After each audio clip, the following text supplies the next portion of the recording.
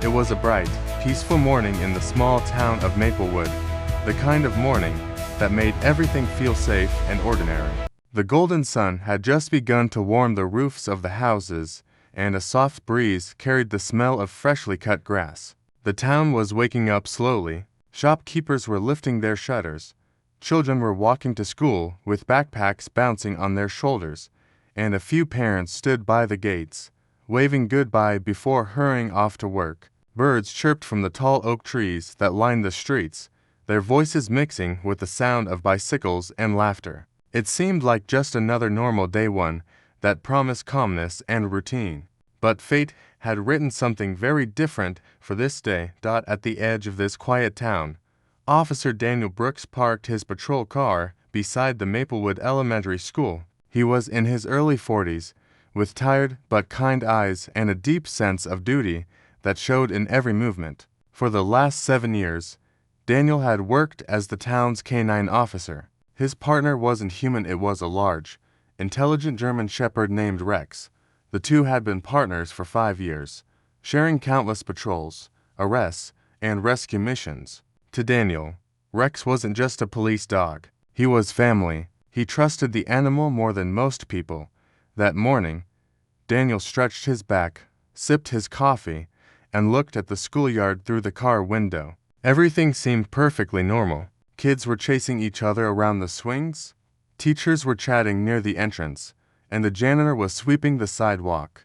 But Rex, sitting quietly in the passenger seat, didn't seem relaxed. His ears were high, his eyes alert, scanning every corner of the playground as if searching for something invisible. "Easy, boy," Daniel said softly, giving the dog a small pat on the head. "Nothing's wrong today. It's just a good day to breathe some fresh air." Rex blinked, but didn't look away from the children. His nose twitched, his head tilted slightly. Daniel followed his gaze and noticed a little girl sitting alone near the far end of the fence, away from the other kids. She couldn't have been more than 8 years old. Her hair was tied into messy braids, her pink backpack was half unzipped, and she sat very still for a child. Her face looked pale, her lips pressed tightly together, and her eyes, they weren't on the playground at all. They were staring at something across the street. Daniel frowned. He had seen that expression before in witnesses, in victims, in people who wanted to scream but didn't know how. He didn't know why, but something about the little girl drew him in. "You see her too, huh?" he murmured to Rex. The dog gave a low sound from his throat, not a growl, not a whine, just a sound that meant yes. "I see her, and something's wrong." Daniel decided to get out of the car. He adjusted his badge, clipped the leash to Rex's collar, and crossed the street toward the school. The morning light reflected off the dog's golden black fur as they walked. A few kids waved at Rex. He was well known in Maplewood, often visiting schools to teach children about safety. Normally, Rex would wag his tail and soak up the attention, but today he didn't. His eyes were locked on the little girl. When Daniel reached the fence, he crouched slightly so he wouldn't look intimidating.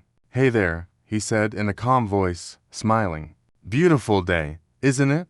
The girl didn't respond. She just clutched the strap of her backpack and lowered her head. Her lips trembled slightly. Rex took a step closer, sniffing the air near the fence. His tail was stiff, his posture alert. Daniel's instinct started to whisper, the kind of whisper every experienced officer learns to listen to. "What's your name?" he asked gently. After a long pause, the girl finally looked at him. Her eyes were watery but focused, like she was trying to gather courage. "Emily," she said in a small voice. "My name is Emily." "That's a pretty name," Daniel replied warmly. "I'm Officer Brooks, and this here is Rex. He's a police dog. He's a good boy, and he helps people when they need it." "You like dogs?" Emily looked at Rex. For the first time, a faint sparkle of relief passed through her eyes. She gave a tiny nod but didn't speak. Rex, as if understanding her fear, sat down quietly and tilted his head, making himself look less threatening. He gently rested his chin on the fence rail, his eyes locked on hers, calm but watchful. Daniel noticed how Emily's eyes darted toward the street again. He followed her gaze, but saw nothing unusual, just a few cars passing, a delivery truck unloading boxes, and a dark-colored van parked near the corner. The van's windows were tinted, and the engine seemed to be running. Maybe a parent waiting for their kid, Daniel thought. But something about it didn't sit right. When he turned back, he caught Emily making a strange movement. She touched her sleeve, then pressed her finger to her lips. It wasn't random, it was slow, careful, deliberate. Then she looked straight at Rex. The dog's ears perked immediately. His muscles tensed, and he made a short, low bark, not loud enough to alarm anyone, but enough to make Daniel's heart skip. Rex only barked like that during training, when he recognized a signal of distress.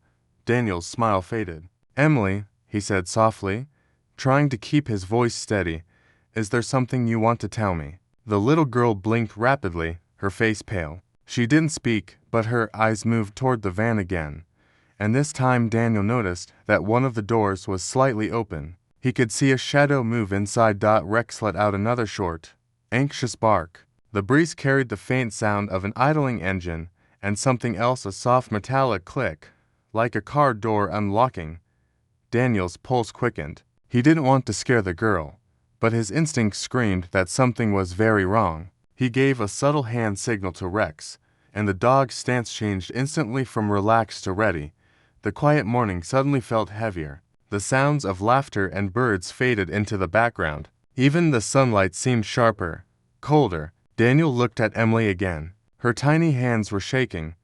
"Don't worry," he said softly. "You did the right thing."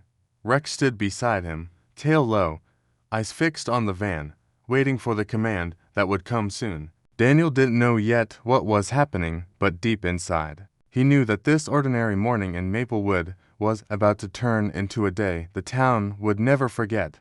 Officer Daniel stood quietly by the fence, his pulse quickening, although everything around him still looked perfectly normal to anyone else. The cheerful shouts of children mixed with the squeak of the swings, yet the air felt heavy as if the world itself had paused to listen. His partner, Rex, stayed close, muscles tense, eyes locked on the dark van across the street. Emily sat frozen on the other side of the fence, her little fingers nervously fidgeting with the sleeve of her sweater. She kept glancing at the van, then back at Rex, then again at the van. Daniel could feel the tension between them, a silent conversation happening in gestures and glances. He realized this wasn't ordinary fear. This was a child desperately trying to say something without words. He crouched lower so his voice wouldn't carry. "Emily," he said gently, his tone warm like a parent's, "it's okay. You can tell me what's wrong. Is someone bothering you?" The girl didn't reply, but her eyes spoke volumes wide, shimmering, pleading. Her lower lip quivered. Daniel could tell she was afraid of being heard, not of him. She turned her head slightly and pressed her small finger to her lips again, then pointed toward the van, her motion barely visible, subtle enough that no one else would notice. Rex reacted instantly. The German shepherd's nose twitched, his body stiffened, and a deep vibration rumbled in his chest. Daniel knew that sound. It wasn't aggression, it was alertness. It was Rex's way of saying, "I smell trouble." He tightened the leash slightly, his instincts now fully awake. Trying to stay calm, Daniel straightened up and looked casually around as if he were simply chatting with a student. "All right, sweetheart," he said softly, forcing a smile. "Why don't you tell me where your teacher is?" But Emily didn't move. Instead, she tugged her sleeve upward, revealing a faint bruise near her wrist. It wasn't fresh, but it was dark enough to make Daniel's stomach tighten. She glanced once more toward the van and then quickly hid her arm. It was clear now she wasn't only scared, she was being watched. Daniel followed her gaze carefully, pretending to scratch his chin so he wouldn't draw attention. The van hadn't moved, but he could see the faint reflection of someone's face behind the tinted glass, just a silhouette, motionless, observing. His training kicked in. He recognized the setup. A surveillance vehicle, maybe waiting for someone, maybe watching for the right moment. Whatever it was, that child knew something about it. He reached down and gave Rex a quiet signal, a barely audible word they had used in training. "Focus." The dog's pupils narrowed. His breathing slowed, and his head lowered slightly, ready to act. The leash felt alive in Daniel's hand. He knew one wrong move could scare the person in that van and make things worse. "Emily," he said again, his voice barely above a whisper, "listen to me very carefully. You don't have to say a word, okay? Just nod if you understand." The girl nodded slowly, her braids trembling. "Good," he continued. "Now, I need you to look at Rex again, just like before. He's going to help you. Whatever you do, don't look at the van anymore. Look at him." She did as she was told. Her breathing was shallow, her face pale, but she kept her eyes on the dog. Then she did something that made Daniel's throat tighten. She stretched her small hand through the metal bars of the fence and placed it in front of Rex's nose. Rex sniffed it softly, then looked up at Daniel and barked once, sharp, controlled, trained. That bark was their emergency code. It meant one thing: danger is near. The sound wasn't loud enough to draw the teacher's attention, but for Daniel it was like a siren inside his head. He stood straight, scanning the surroundings. His heart pounded, but his movements stayed calm. He didn't want to alert whoever was in that van that he was onto them. He pretended to look at his watch, then stepped back toward his patrol car, keeping his expression neutral. Rex stayed beside him, tail stiff, eyes still on the vehicle. The moment Daniel turned, he heard the faint click of a car door. The van's engine, which had been idling, gave a quick rev. He caught the glimpse of a shadow shifting inside. He reached his car door, opened it quietly, and pressed the small black button on his radio clipped to his vest. "Dispatch, this is Unit 27, he said softly. "I've got a suspicious vehicle near Maplewood Elementary, black van, tinted windows, plate partially obscured. I'm not sure yet, but possible surveillance or abduction attempt. Requesting backup." Silent approach. Static crackled in his earpiece before a voice responded. "Copy that. Unit 27. Backup en route." 3 minutes. Daniel exhaled slowly, eyes still on the van. 3 minutes felt like a lifetime. He had to keep the suspect from leaving before help arrived. He looked back toward Emily. She was still sitting there, frozen, pretending to tie her shoe so she wouldn't draw attention. Her tiny face showed a mixture of fear and faith. Somehow, she trusted Rex completely. Daniel whispered to the dog, "Stay close, boy."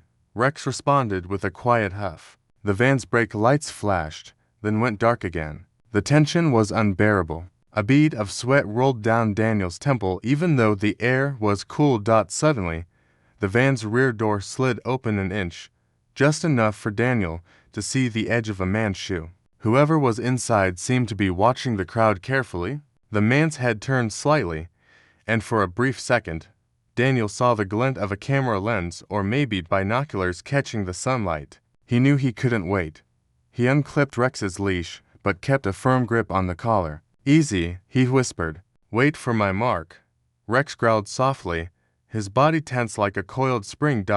Then Emily did something unexpected. She raised her hand once more, her fingers trembling, and pointed directly at the van for just a split second before quickly hiding her hand again. That was all Daniel needed. He released the dog. "Go," he commanded. Rex exploded into action, sprinting across the pavement, his paws barely touching the ground. The van door slammed shut and the engine roared to life, tires screeching against the asphalt. Children screamed as teachers rushed to gather them. Daniel ran to his car, shouting into his radio for immediate roadblocks. His tires burned rubber as he chased the fleeing vehicle. Siren lights flashing. Through the side mirror, he caught one last glimpse of Emily standing at the fence, clutching her backpack to her chest, tears glistening on her cheeks, but relief in her eyes. She had done it. Without saying a single word, she had warned the police dog, and that silent signal had just saved a life. The roar of the van's engine shattered the calm of Maplewood's quiet morning. Tires screeched against the asphalt as the dark vehicle shot down the narrow street like a predator fleeing the light. Officer Daniel slammed his foot on the gas, his patrol car leaping forward with a growl. His sirens remained off. He didn't want to alert the suspect too soon, but the tension in the air was louder than any alarm. Rex sat upright in the passenger seat, his body rigid, eyes locked on the van ahead. His breath came in quick bursts, not from fear, but from pure focus. He could smell danger, the scent of adrenaline and panic, drifting from the speeding van like a trail of smoke only he could sense. Daniel's mind was racing as fast as his car. He kept one hand on the wheel and the other on the radio, giving updates in a voice that tried to sound calm but carried the weight of urgency. "This is Officer Brooks. Pursuit in progress. Black van heading east on Willow Drive, near Maplewood Elementary. Suspect possibly connected to child abduction attempts in nearby counties. Requesting all units to intercept near Route 17 junction. Repeat pursuit in progress." His dispatcher's voice crackled in response, confirming backup was on the way. But Daniel knew every second counted. In cases like this, 3 minutes could mean the difference between rescue and tragedy. The van swerved wildly, clipping a mailbox and scattering a flock of pigeons into the sky. Daniel gritted his teeth as he maneuvered through traffic, his heart pounding in rhythm with the flashing dashboard lights. The suburban street gave way to the edge of town, where the houses thinned and the roads narrowed into long, winding lanes bordered by trees. Daniel could still see the van's taillights flickering through the morning haze. He pressed harder on the accelerator, determined not to lose sight of it. Rex barked once, a sharp, commanding sound that reminded Daniel of the girl's face, pale and desperate behind the school fence. That silent warning had sparked this chase. Now it was up to him and Rex to finish it. As they sped through the quieter roads, the van suddenly veered into a dirt path that cut between 2 old warehouses. Daniel followed, the patrol car jolting violently as the tires hit gravel. Dust exploded around them, clouding his windshield. "Hold on, boy," he muttered, gripping the wheel tightly. Through the haze, he saw the van fishtail dangerously before regaining control. Whoever was driving knew the area well. That made Daniel's gut twist. It meant this wasn't random. This person had been watching, waiting, planning.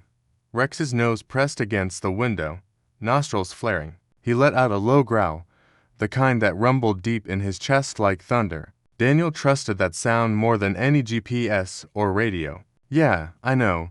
I see him," he said, voice tense. He reached for the siren switch, finally flicking it on. The sharp cry of the siren pierced the air, echoing across the empty lots and warehouses. Maybe it would rattle the driver enough to make a mistake. Up ahead, the van swerved again, to hard this time. One of its wheels caught the edge of the gravel path, spinning dirt into the air. Daniel's eyes narrowed. "That's it. Just a little more," he whispered, inching closer. But before he could close the gap, the van made a sudden turn into an alley so narrow it seemed impossible for a vehicle that size to fit through. Daniel slammed the brakes, tires screaming. "Damn it," he hissed, pulling hard on the wheel to avoid crashing. He brought the car to a stop and jumped out, unhooking Rex's leash in one motion.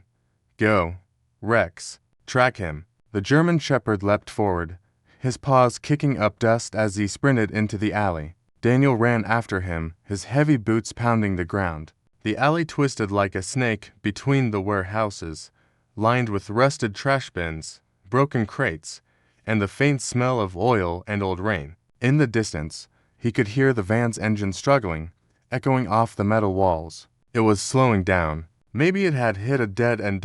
Rex darted around a corner, and Daniel followed just in time to see the van crash into a pile of wooden pallets. The driver's door flew open and a man jumped out, his hood pulled low over his face. He clutched something in his arms, a small bundle wrapped in a dirty blanket. Daniel's stomach dropped. It wasn't cargo. It was a child. Police. "Stop right there," Daniel shouted, drawing his weapon. The man hesitated, glancing back with wide, frightened eyes. For a split second, their gazes locked, then the man turned and bolted toward a side gate. Rex was faster. The dog lunged forward, closing the distance in seconds. He leapt, teeth finding the man's arm with trained precision. The suspect screamed, stumbling to the ground, still clutching the bundle protectively. Daniel ran in, kicking the weapon out of the man's free hand before he could react. "Stay down," he barked, pressing the man's face to the dirt. Rex held firm, growling softly, his jaws locked just tight enough to keep control without causing fatal harm. The man tried to twist away, but Rex's weight was immovable, his discipline uncheckable. Daniel handcuffed the suspect quickly, then turned his attention to the small figure lying on the ground beside them. The blanket had come loose, revealing a child's frightened face, a little boy, no more than 6 years old, trembling but alive. Daniel's throat tightened as he knelt beside the boy. "Hey, buddy," he said gently, lowering his gun. "You're safe now. Okay, you're safe." The boy didn't answer, too scared to move, his tiny hands shaking as he clutched the edge of the blanket. Rex released the suspect and walked over, sniffing the child's face softly before sitting beside him protectively. Somehow, that simple gesture broke the boy's silence. He let out a small sob and buried his face against Rex's neck, his tears darkening the dog's fur. Within minutes, the sound of sirens filled the air again. Backup had arrived.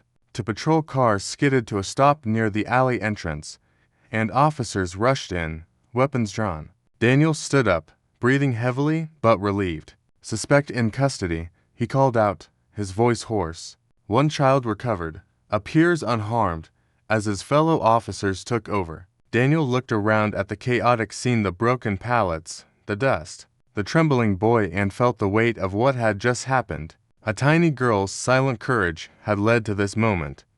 Without Emily's signal, that van would have vanished into the streets unnoticed, and this boy might have been lost forever. Rex sat beside him, tongue lolling, eyes bright but calm.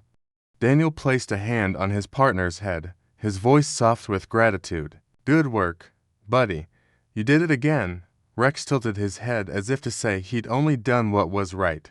The van, the child, the suspect, all of it told a story far darker than anyone had expected.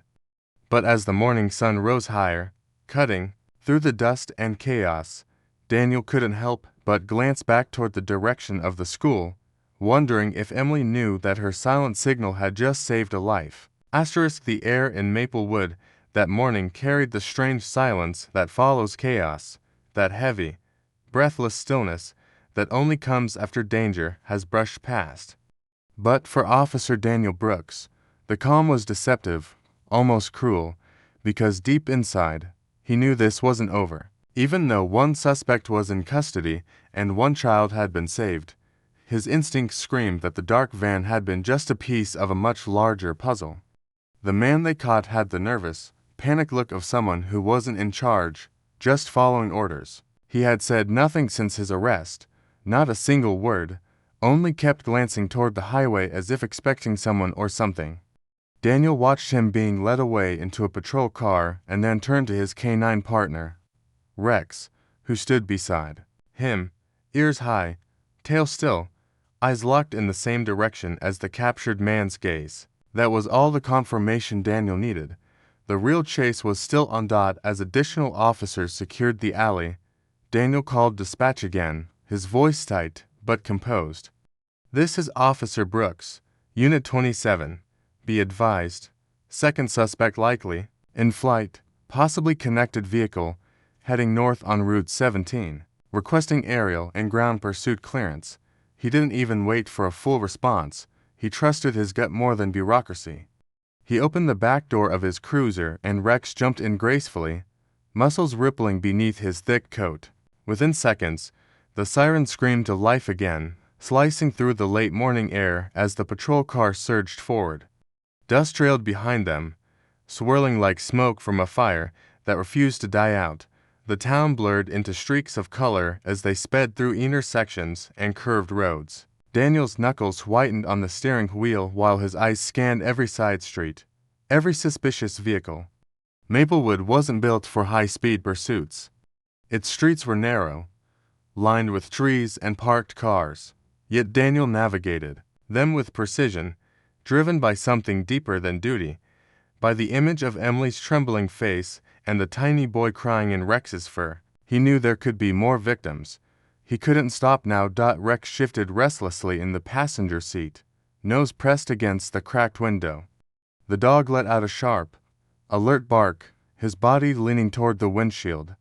Daniel followed his partner's signal instinctively and looked ahead. Up in the distance, past a line of old warehouses, another van, silver this time, darted into view, swerving wildly as if the driver knew he was being hunted.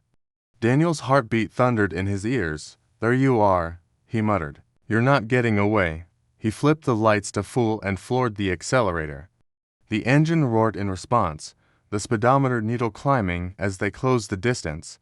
The suspect's van bolted down the industrial road, weaving between delivery trucks and scattering startled pedestrians. It was a dangerous chase, the kind that could turn deadly in seconds, but Daniel's focus never wavered. He radioed ahead to nearby units, setting up an interception grid. All units, suspect heading east past the Miller Bridge, possible child inside. Do not engage until confirmed safe shot. The dispatcher's voice acknowledged the call, but Daniel barely heard it. His whole world had narrowed to the rhythm of the chase, the blur of motion, and the loyal presence beside him.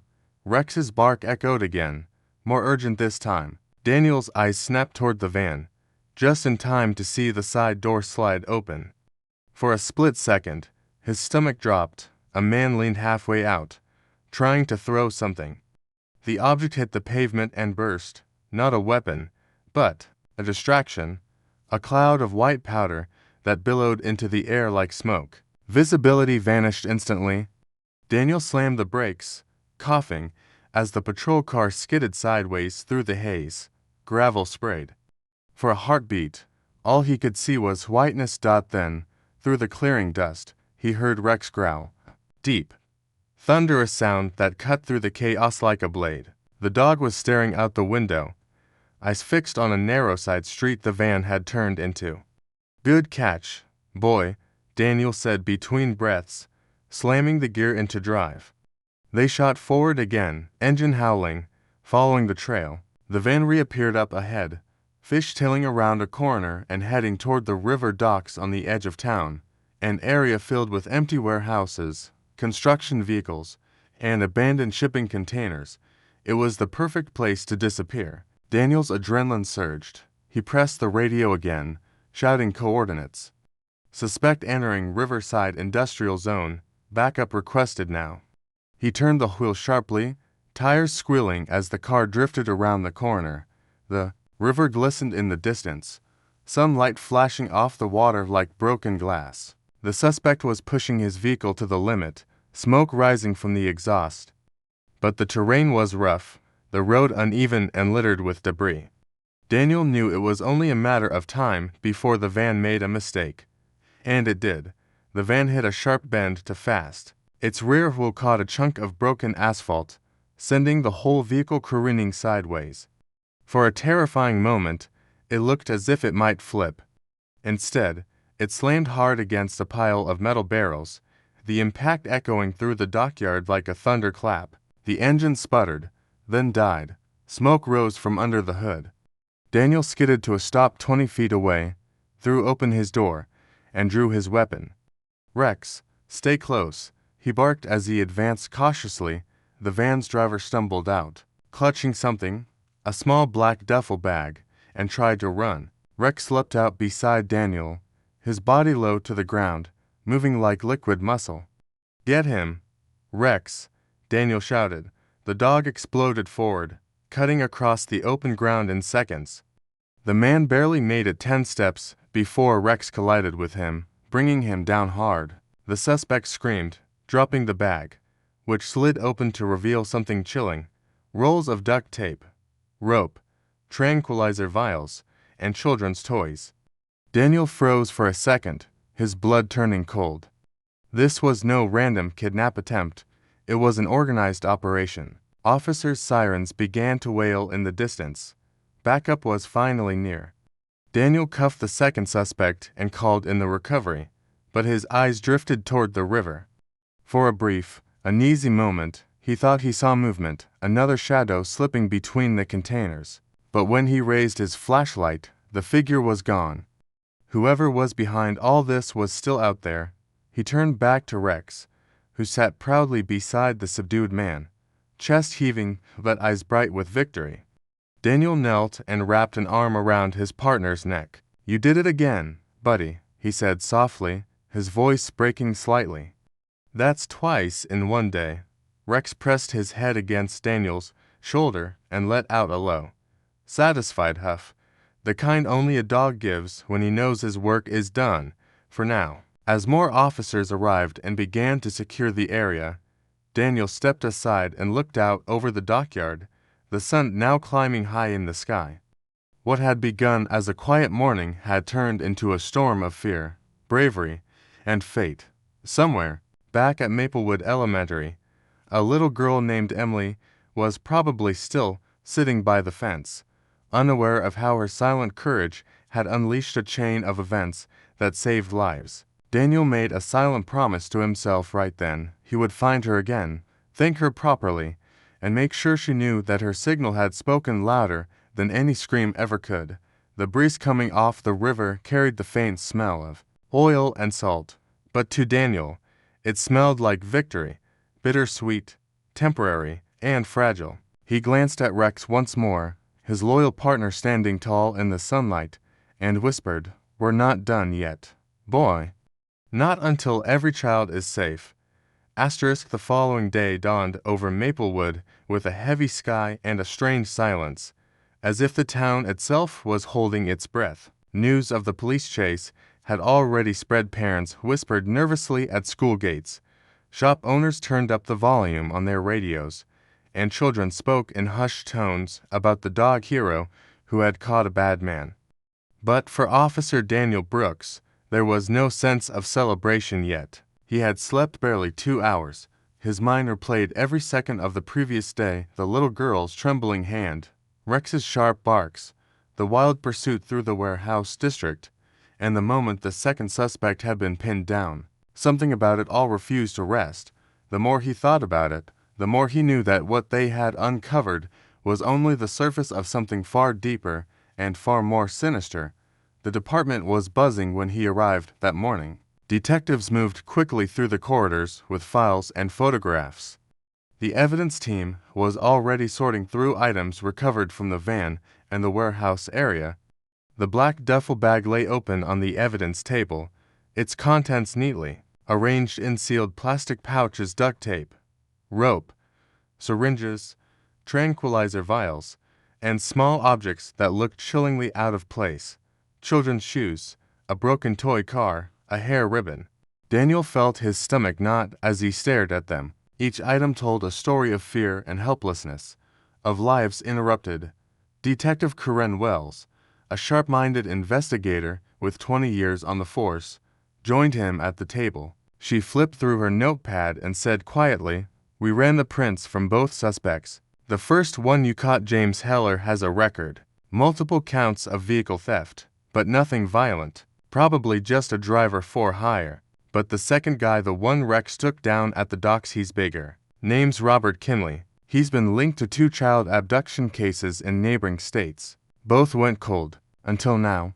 She looked up, her expression grim. "You did good, Daniel. You and that dog of yours might have just cracked a trafficking network."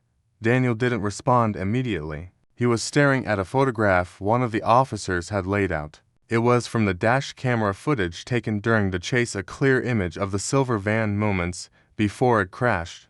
But what caught his attention wasn't the driver. It was the passenger's side mirror, which reflected something behind them. He leaned closer and felt his chest tighten. The reflection showed another vehicle barely visible, far in the background, but following the chase at a steady distance. "That's a third car," he said quietly, pointing at it. "There was someone else." Corinne followed his gaze, frowning. "Could just be coincidence?" Daniel shook his head. "No. Look at the angle, it's staying just out of sight. That's tailing behavior, not random traffic." He exhaled sharply, running a hand through his hair. They weren't acting alone. Someone's running this from higher up. Before she could answer, an officer rushed into the room holding a file. "Sir, we just got something. The boy who was rescued, his name's Liam Sanders. He woke up at the hospital and told the nurse that he wasn't alone when they took him. He said there was another child with him, a girl. She tried to help him escape, but they took her away before he could see where." The words hit Daniel like a punch. He turned toward the officer, his mind already racing ahead. "Another child? Did he say anything about her, what she looked like?" The officer nodded, flipping through his notes. "He said she had brown hair and 2 braids. About 8 or 9 years old." Daniel froze. The room seemed to tilt slightly, and for a moment all he could hear was the pounding of his own heartbeat. Braids, he repeated under his breath. Brown hair, -1 years old. His mind flashed back to Emily sitting alone by the fence, clutching her backpack, eyes full of fear. It's her, he whispered. It's Emily Carter. Corinne frowned. Wait, Emily, the girl from the school. You think she was one of them? Daniel's voice was tight. No, she wasn't one of them. She was one who escaped. He took a step back, trying to piece it together. That's why she knew to signal Rex. That's why she didn't speak. She recognized the van. She'd seen those men before. Maybe they tried to take her once. Maybe she saw them take someone else. That's why she was terrified. A heavy silence fell over the room. Every officer there could feel the shift, the realization that this wasn't just a small-town case anymore. This was personal. It was a miracle Emily was still safe, but she might still be in danger if the people running this operation knew she'd recognized them. Daniel didn't wait for orders. He grabbed his jacket, called Rex to his side, and headed for the door. I'm going to see her, he said firmly. Corinne tried to stop him. Daniel, the feds will want to coordinate. I don't have time to wait, he interrupted. Those men were following her. They might still be watching. He drove faster than regulations allowed, his thoughts a storm of guilt and determination. The memory of Emily's frightened face haunted him, the silent plea in her eyes that he hadn't understood quickly enough. When he reached Maplewood Elementary, the school grounds looked peaceful again, but he could feel something wrong beneath the surface. He went straight to the principal's office, where a teacher recognized him immediately. Officer Brooks, you're the one who was here yesterday. Emily's mother came to pick her up early this morning. She looked upset, said they were going to stay with relatives for a few days. Daniel's pulse jumped. Did she say where? The teacher frowned. Someplace near the state border. She didn't say exactly. That was enough. Daniel thanked her quickly and left. In the car, he radioed headquarters, relaying what he'd learned. We need to put an alert on Emily Carter and her mother. They might be targeted again. Whoever's behind this knows she saw too much. As the sun began to sink behind the rooftops, Maplewood's calm exterior felt more fragile than ever. The police department worked through the evening, combing through phone records, surveillance footage, and witness statements. By nightfall, they had confirmed Daniel's worst fear. The dark van and the silver van were both linked to a larger ring operating across 3 states. The group was organized, careful, and still at large. Back in his office, Daniel sat beside Rex, staring at the flickering computer monitor showing a map filled with red pins marking every known incident. He reached out absently and rubbed the dog's head. You knew, he murmured softly. You always know.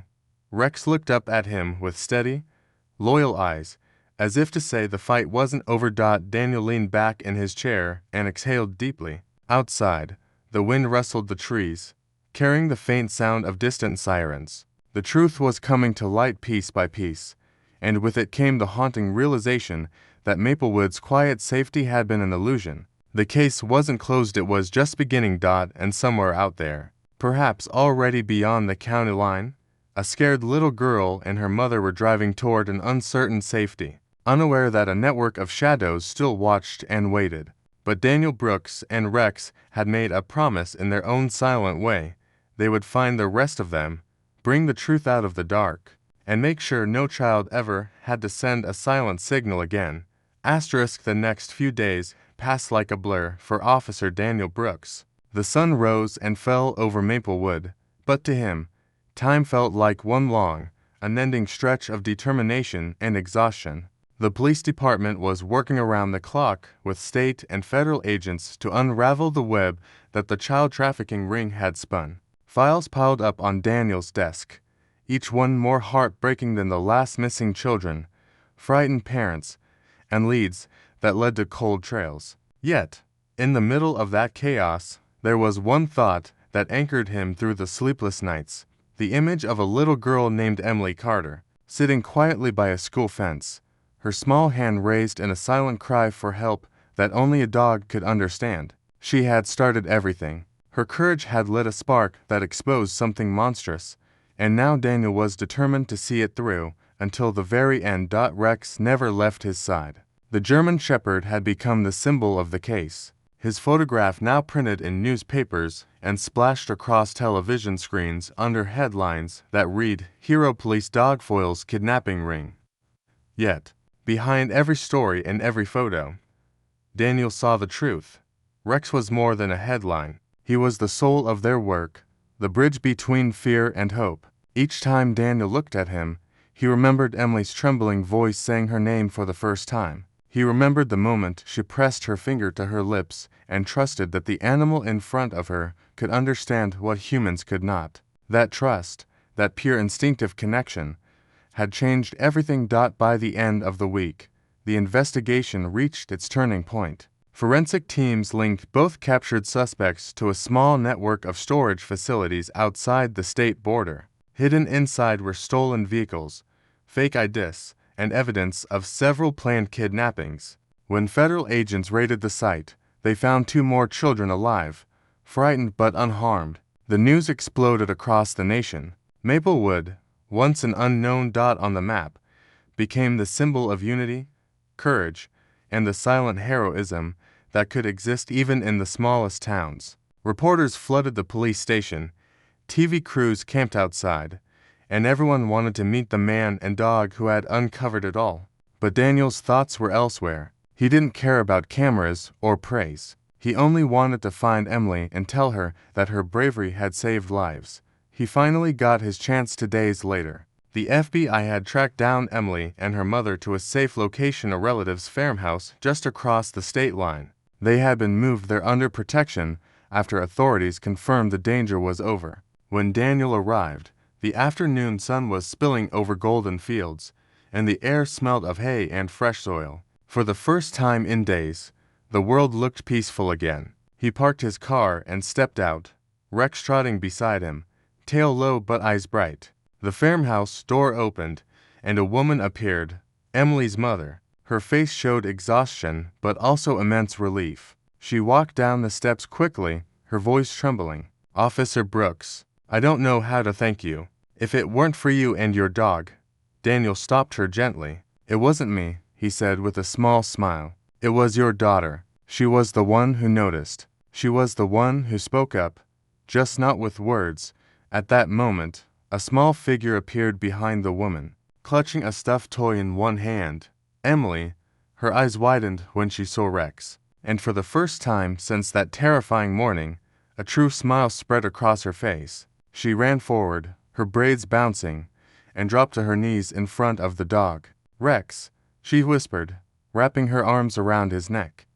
Rex stood still for a second and then leaned into her embrace, licking her cheek once with gentle affection. It was as if he remembered every detail, the trembling signal, the fear in her eyes, the trust she had placed in him. Daniel felt something warm stir in his chest as he watched the reunion. There were moments in a police officer's life that no medal or ceremony could ever equal, and this was one of them. Inside the farmhouse, the conversation that followed was long and tender. Emily's mother explained how Emily had been followed once before by the same van weeks earlier, but had escaped before anyone could notice. She had tried to tell adults, but no one believed her story, thinking it was a child's overactive imagination. That disbelief had almost cost another life. When she saw the van again outside her school, she froze in fear but then saw Rex and remembered something her late father, a retired police officer, had told her years ago. "If you ever see a police dog, trust it. They listen when people don't." That memory had saved her. Later, that week, the town of Maplewood held a ceremony in the city park. Hundreds gathered. Families, police officers, teachers, and children holding handmade signs that said "Thank you, Rex," and "Our little hero Emily." The mayor stood on stage, reading from his notes, but most eyes were fixed on the 2 heroes sitting side by side, a quiet little girl in a blue dress and a noble German shepherd with a shiny medal around his collar. Cameras flashed, but Emily didn't flinch this time. When the mayor finished, he invited her to speak. For a moment she hesitated, clutching the microphone nervously, but then she took a deep breath and said in a clear, steady voice, "I didn't do anything special. I was just scared." But Rex, he understood me. and he helped me be brave." The crowd erupted into applause. Tears filled Daniel's eyes as he stood among his fellow officers, clapping until his palms ached. The sound echoed through the park, mingling with the rustling of leaves and the distant hum of summer insects. It wasn't just applause for a girl and her dog, it was for faith, courage, and the unspoken bond between humans and animals that could sometimes reach deeper than words. When the ceremony ended, Daniel crouched beside Rex and whispered, "You know, partner, you might not understand fame, but today, you made the whole world believe in something good again." Rex tilted his head and wagged his tail once, his eyes calm, as if acknowledging the compliment but reminding his handler that they still had work to do. That night, as Daniel drove home, with Rex resting his head on the seat beside him, the quiet streets of Maplewood glowed under the soft street lights. He thought about all that had happened, the danger, the chase, the fear, and how it had all begun with one silent signal. A frightened little girl and a loyal dog had changed everything. The world was full of noise, of people shouting to be heard. Yet in the end, it was silence that had saved lives. The following morning, newspapers across the country ran the same photograph. A little girl with brown braids standing beside a police dog wearing a medal, sunlight glinting off his fur. The headline read, "The girl who whispered to a dog and saved a life." The story spread far beyond Maplewood, touching hearts across the nation. Donations poured into K-9 training programs. Letters of gratitude arrived from strangers. And Emily's bravery inspired schools to teach children how to signal for help in emergencies. For Daniel and Rex, life returned to its routine of patrols and quiet watchfulness, but deep down, something had changed. Maplewood was safer, not because evil had vanished, but because people had remembered what courage looked like. And every time Daniel passed by the school fence where it had all begun, he slowed down the patrol car, looked at the spot where Emily had once sat, and smiled. Rex would glance up at him, as if to ask what he was thinking, and Daniel would answer softly, "Just remembering the day a little girl taught the world that even silence can roar louder than fear." And somewhere, in the golden calm of another peaceful morning, that truth continued to live, etched not just in the town's history, but in the beating hearts of everyone who believed that heroes come in all shapes, sizes, and sometimes with 4 paws and a wagging tail.